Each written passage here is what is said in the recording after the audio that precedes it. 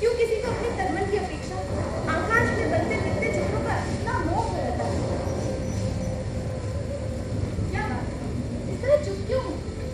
देख रही हूँ, मैं काम कर रही हूँ। काम तो तुम हर समय करती हो, परंतु हर समय इस तरह चुप नहीं रहती। मैं तुम्हें काम नहीं करने दूंगी। मुझसे बात करो। क्या बात करो? कुछ भी कहो। मुझे डांटो कि मैं इस तरह भीग कर क्यों आई हूँ, या कहो कि तुम थक गई हो इसलिए शीर्षान मैं सटक गई, या कहो कि तुम घर में अकेली थी इसलिए तुम्हें अच्छा नहीं लग रहा था। मुझे सब अच्छा लगता है। और मैं घर में दुकेली कब होती? तुम्हारे यहाँ रहते मैं अकेली नहीं होती। मेरे यहाँ रहते तुम अकेली नहीं होती। कभी तो मेरी भर्त्सना करती हूँ कि मैं घर में रहकर तुम्हारे सब कामों में बाधा डालती हूँ, और कभी कहती हूँ मुझे बताओ तुम इतनी गंभीर क्यों हो। दूध औटा दिया है, शर्करा मिला लो और पी लो। नहीं, पहले बताओ। और जाकर थोड़ी देर तब पर विश्राम कर लो। मुझे अभी बहुत काम करना है। मुझे विश्राम नहीं करना है। थकी कहाँ हो जो विश्राम से? मुझे तो अभी अपने में बरसती बूंदों के खुलत का अनुभव हो रहा है। रोम अभी तक सींच रहे हैं। तुम बोलती क्यों नहीं हो? ऐसे करोगी तो मैं तुमसे बात नहीं करूंगी।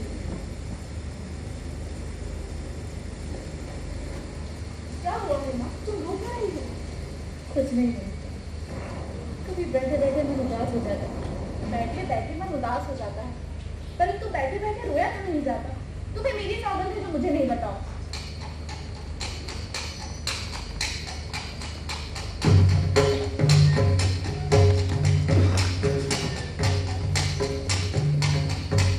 ये कौन लोग हैं माँ? संभवतः राज्य के कर्मचारी ये यहाँ क्या कर रहे हैं? न जाने क्या कर रहे हैं। कभी वर्षों में ही आपको तो यहाँ दिखाई देती है, और जब भी दिखाई देती है कोई न कोई अनिष्ट होता है। कभी युद्ध की सूचना आती है, कभी महामारी की। पिछली महामारी में जब तुम्हारे पिता की मृत्यु हुई तब भी आतंकियां मैंने यहाँ देखी थी। परंतु आज ये लोग यहाँ किसके आए हैं? न जाने किस लिए आए हैं। माँ, तुमने बात नहीं बताई। अग्निमित्र आज लौट आया है, लौट आया है? कहाँ से? जहाँ मैंने उसे भेजा था। तुमने भेजा है? किंतु मैंने तुमसे कहा था कि अग्निमित्र को कहीं भेजने की आवश्यकता नहीं है। तुम जानती हो मैं विवाह नहीं करना चाहती, फिर उसके लिए प्रयत्न क्यों करती हो? तुम समझती हो मैं निरंतर प्रलाप करती हूँ। मैं देख रही हूँ तुम्हारी ही बात सच होने जा रही है। अग्निमित्र संदेश लाया है कि वे लोग इस संबंध के लिए प्रस्तुत नहीं है। कहते हैं क्या कहते हैं? क्या अधिकार है उन्हें कुछ भी करने का? मल्लिका का जीवन उसकी अपनी संपत्ति है। वो उसे नष्ट करना चाहती है तो किसी को उस पर आलोचना करने का क्या अधिकार है? मैं कब कहती हूँ मुझे अधिकार है? मैं तुम्हारे अधिकार की बात नहीं कर रही। तुम न कहो, मैं कह रही हूँ।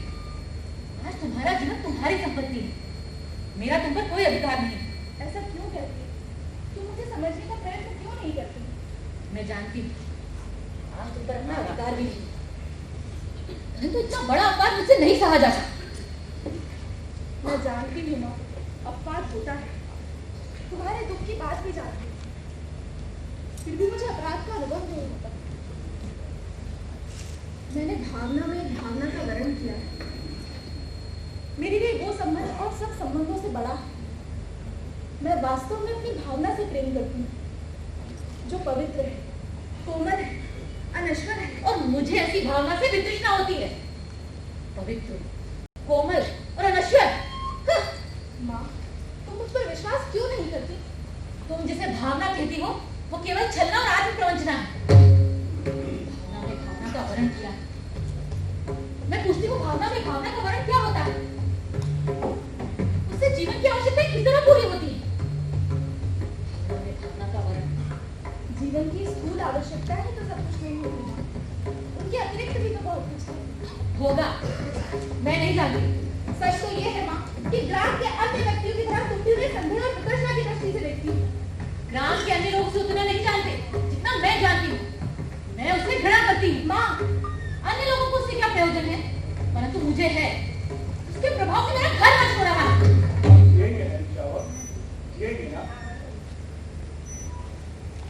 ठहरो माँ, तुम चल क्यों दी? माँ का जीवन भावना नहीं कर्म है। उसे घर में बहुत कुछ करना है।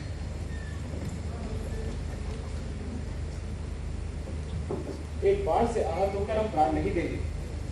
हमारा शरीर कोमल है तो क्या हुआ, हम पीड़ा सह सकते हैं। एक बाढ़ प्राण ले सकता है तो उंगलियों का कोमल स्पर्श प्राण दे भी सकता है। हमें नए प्राण मिल जाएंगे। हम कोमल आस्तरण पर विश्राम करेंगे। हमारे अंगों पर घृत का लेप होगा। कल हम फिर वनस्थली में घूमेंगे, कोमल ध्रुवा खाएंगे। खाएंगे ना? ये आहत हरिण चावक है। यहाँ ऐसा कौन व्यक्ति है जिसने इसे आहत किया? क्या दक्षिण की तरह यहाँ भी? आज ग्राम प्रदेश में कई नहीं आकर देख रहा हूँ। राज्य के कुछ कर्मचारी आए। हम सोएंगे। हाँ, हम थोड़ी देर सो लेंगे तो हमारी पीड़ा दूर हो जाएगी। परंतु उससे पहले हमें थोड़ा दूध पी लेना है। मल्लिका, थोड़ा दूध हो तो किसी भाजन में ले आओ। माँ ने दूध औटाते रखा है, देखती हूँ। कभी अभी 2-3 रात कर्मचारियों को अपने घरों पर जाते देखा। माँ बोलती है कि जब भी ये लोग आते हैं कोई ना कोई अनिष्ट होता है। वर्षा के रोमांच के बाद मुझे ऐसा बहुत विचित्र लगा। माँ आज बहुत रुष्ट है। हम पहले से सुखी हैं। हमारी पीड़ा धीरे धीरे दूर हो रही है। हम स्वस्थ हो रहे हैं। न जाने इसकी रूह जैसे कोमल शरीर पर उससे बाढ़ छोड़ के बना कैसे। ये गुलाब फटता मेरी गोद में आ गया। मैंने कहा तुझे वहां ले चलता हूँ जहाँ तुझे अपनी माँ की सी आंखें और उसका सही स्नेह मिलेगा।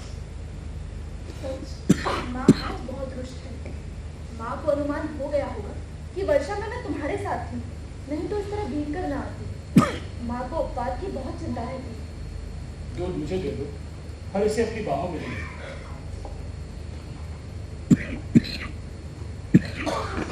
हम दूध नहीं पिएंगे, नहीं, हम ऐसा हट नहीं करेंगे।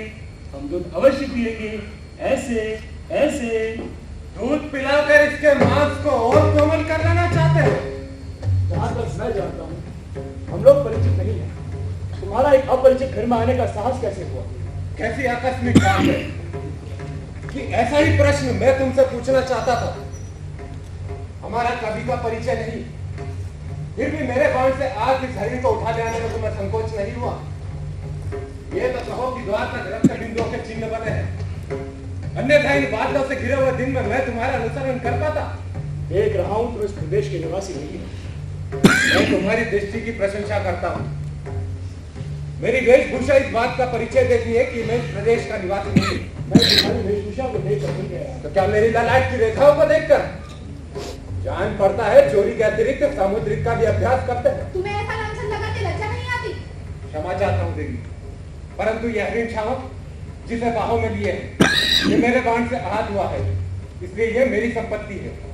मेरी संपत्ति मुझे लौटा तो देंगी। इस प्रदेश में हरिणों का आखिर नहीं होता। राजपुरोहित, तुम बाहर से आए, इसलिए इतना ही पर्याप्त है कि हम तुम्हें इसके लिए अपराधी ना माने। तो राजपुरुष के अपराध का निर्णय ग्रामवासी करेंगे। ग्रामीण युवक अपराध और न्याय का शब्दार्थ भी जानते हो। शब्द और अर्थ राजपुरुषों की संपत्ति है, जानकर आश्चर्य हुआ। समझदार व्यक्ति जान पड़ते हो, फिर भी ये नहीं जानते हो कि राजपुरुषों के अधिकार बहुत दूर तक जाते हैं। मुझे देर हो रही है, यह हरिण शावक मुझे दे दो। ये हरिण शावक इस पार्वत की भूमि की संपत्ति है राजपुरुष, और इसी पार्वत की भूमि के निवासी हम इसकी सजाती है। तुम ये सोचकर भूल कर रहे हो कि इसे हम तुम्हारे हाथों में सौंप दें। मल्लिका, इसे अंदर ले जाकर किसी तल पर या किसी आश्रम पर। घर के तल पर आश्रम हरिण शावकों के लिए नहीं है। तुम देख रही हो माँ? हाँ, देख रही, इसीलिए तो कह रही हूँ। तल पर आश्रम मनुष्यों के सोने के लिए, पशुओं के लिए नहीं। इसे मुझे दे दो मल्लिका, इसके लिए मेरी बाहों का आश्रय ही पर्याप्त होगा। मैं इसे करके जाऊंगा। और राजपुरुष जंतु तुम्हें ले जाकर देखता रहेगा। ये राजपुरुष की रुचि पर निर्भर करता है। राजपुरुष की रुचि अरुचि क्या होती है, संभवतः इसका परिचय तुम्हें देना आवश्यक होगा। संभवतः ठहरो राजपुरुष, हरिण शावक के लिए हट मत करो। तुम्हारे लिए प्रश्न अधिकार का है, उनके लिए संवेदना का। कालिदास निशस्त्र होते हुए भी तुम्हारे शस्त्र की चिंता नहीं करेंगे।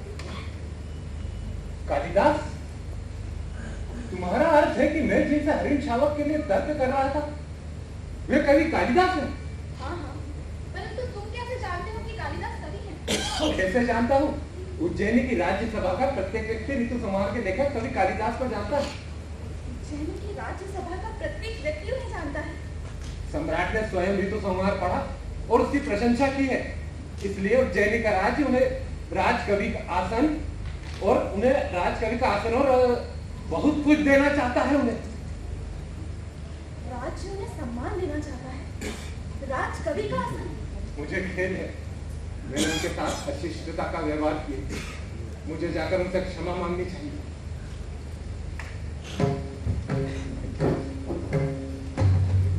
तुमने सुना माँ, राज्य उन्हें राजकवि का आसन देना चाहता है। गीले वस्त्र मैंने सूखने के लिए फैला दिए हैं, थोड़ा सा दूध शेष है, इसमें शर्करा मिला दी। तुमने सुना नहीं माँ, राजपुरुष क्या कह रहा था? दूध पी लो। आशा करती हूँ या किसी और का आतिथ्य नहीं होना है। आतिथ्य? मैं चाहती हूँ आज इस घर में सारे संसार का आतिथ्य कर सकूं। तुम्हें इस दूध से नहला दूंगा। मैं दिल से बहुत ढां चुकी हूँ। निष्ठुर हो माँ। तुमने सुना नहीं, राज्य उन्हें सम्मान दे रहा है, फिर भी तुम। दूध पी लो और फिर से वर्षा में भीगने का मोह न हो तो मैं तुम्हारे लिए आसन बिछा दूं। मैं जैसी निष्ठुर हूँ रहने दो। नहीं, तुम निष्ठुर नहीं। मैंने कब कहा है तुम निष्ठुर हो? नहीं, तुमने नहीं कहा। दूध पी लो।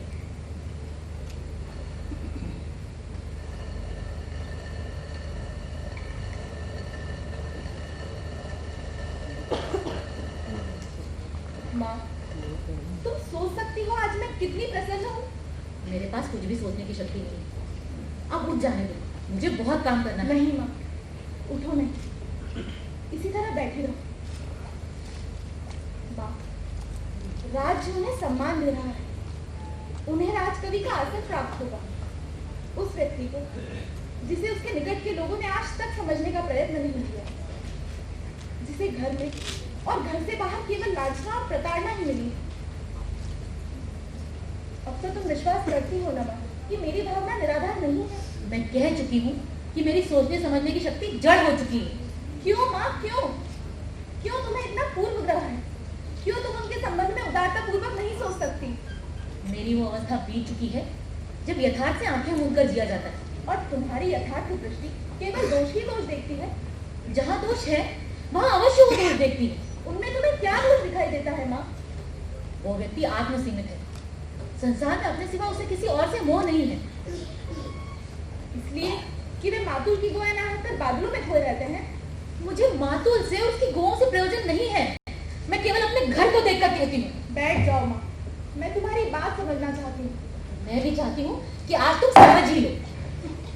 तुम कहती हो तुम्हारा उससे भावना का संबंध है। वो भावना क्या है?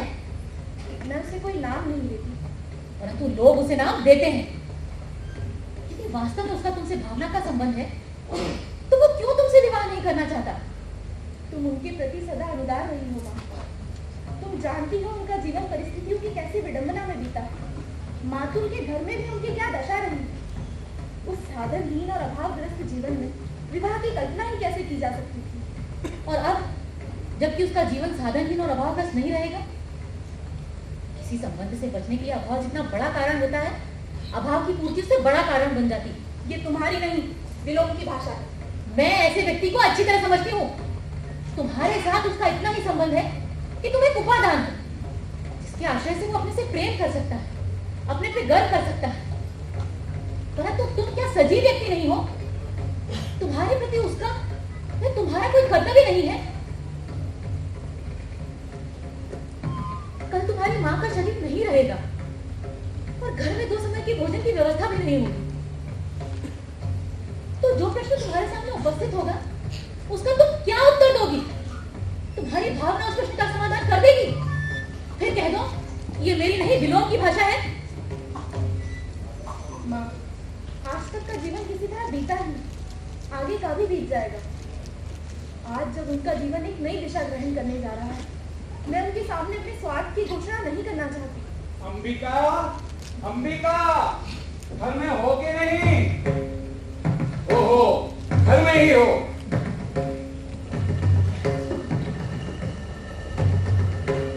मैं आज सारे ग्राम में घोषणा करने जा रहा हूँ कि मेरा इस कालिदास नामधारी जीव से कोई संबंध नहीं है।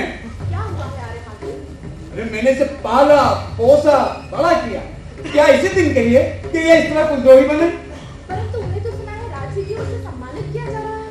उज्जैनी से कोई आचार्य आए हैं। यही तो कह रहा हूँ, उज्जैनी से कोई आचार्य आए हैं। परंतु आप तो कह रहे हैं दो रथ हुआ, और 4 अश्वारोही उनके साथ हैं। मैं तुमसे नहीं कहता था अंबिका कि हमारे प्रपितामह के दोहित्र का पुत्र गुप्त राज्य की ओर से शकों से युद्ध कर चुका है। तुम अपने भागिने की बात कर रहे हो। उसी की बात कर रहा हूं अंबिका।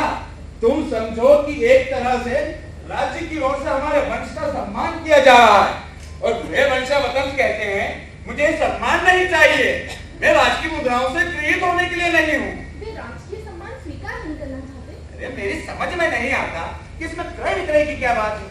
सम्मान मिलता है तो ग्रहण करो, नहीं तो कविता का मूल्य ही क्या है।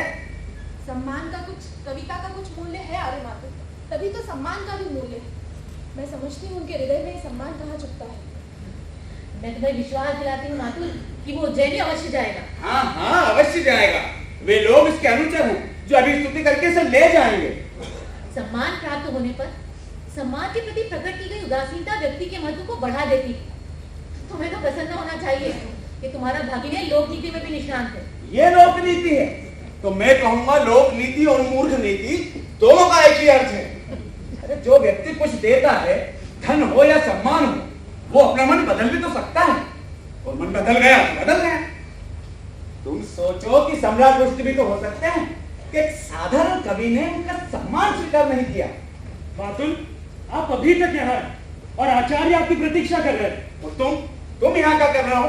मैंने तुमसे नहीं कहा था कि जब तक मैं लौट कर ना आऊं तुम आचार्य के पास रहना? परंतु ये भी तो कहा था कि आचार्य विश्राम कर चुके तो तुरंत आपको सूचना दे दूं। ये भी कहा था, किंतु वो भी तो कहा था। ये कहा तुम्हारी समझ में आ गया, वो नहीं आया। किंतु मातुल, किंतु क्या? मातुल मूर्ख है?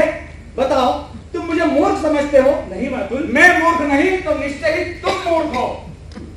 आचार्य ने क्या कहा है? उन्होंने कहा है कि वे आपके साथ इस सारे ग्राम प्रदेश में घूमना चाहते हैं। इस प्रदेश ने कालिदास की कविता को जन्म दिया है। कालिदास की कविता? ना जाने इतने बड़े आचार्य को इसकी कविता में क्या विशेषता दिखाई देती है। अरे इस व्यक्ति को सामान्य लोक व्यवहार तक का तो ज्ञान नहीं और तुम लोक नीति की बात कहती हो। आप एक हरिण शावक को गोदी में लिए घर की ओर आ रहे। सौभाग्यवश मैंने बाहर ही देख लिया। मैंने प्रार्थना की कि कवि कुलगुरु, ये समय इस रूप में घर में जाने का नहीं है। आप सुनते ही लौट पड़े जैसे रास्ते में सांप देख लिया। मल्लिका, मातुल के लिए अंदर से आसन ला दो। नहीं नहीं, मुझे आसन नहीं चाहिए। आचार्य मेरी प्रतीक्षा कर रहे होंगे। मैंने कहा कवि बने, आचार्य आपको अपने साथ उज्जैन ले जाना चाहते हैं। राज्य की ओर से आपका सम्मान होगा। सुनकर रुके, रुककर चलते अंगारे किसी दृष्टि से मुझे देखा। मैं राजकीय मुद्राओं से प्रेरित होने के लिए नहीं हूं। ऐसे कहा जैसे राजकीय मुद्राएं आपके विरह में भूली जा रही हूं।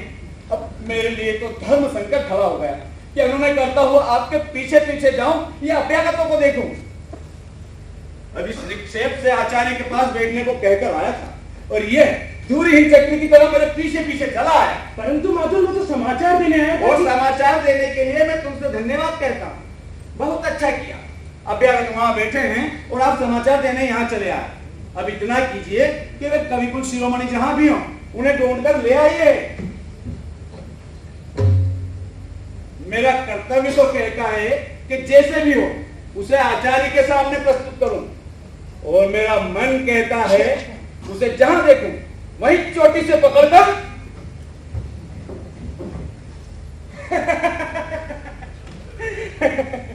मातुल का तीसरा नेत्र हर समय खुला रहता है।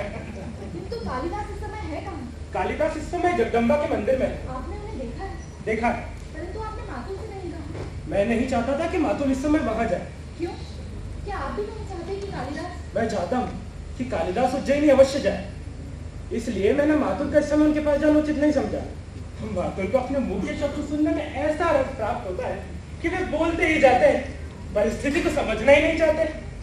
कालिदास हट कर रहे हैं कि जब तक उज्जैनी से अतिथि लौट नहीं जाते वे जगदम्बा के मंदिर में ही रहेंगे, घर नहीं जाएंगे। इसे विचक्षणता। विचक्षणता? विचक्षणता ही तो है। इसमें विचक्षणता क्या है अंबिका? राज्य कवि का सम्मान करना चाहता है। कवि सम्मान के प्रति उदासीन, जगदम्बा के मंदिर में साधना निरत है। राज्य के प्रतिनिधि मंदिर में जाकर कवि की अभ्यर्थना करते हैं। कवि धीरे धीरे आंखें खोलता है।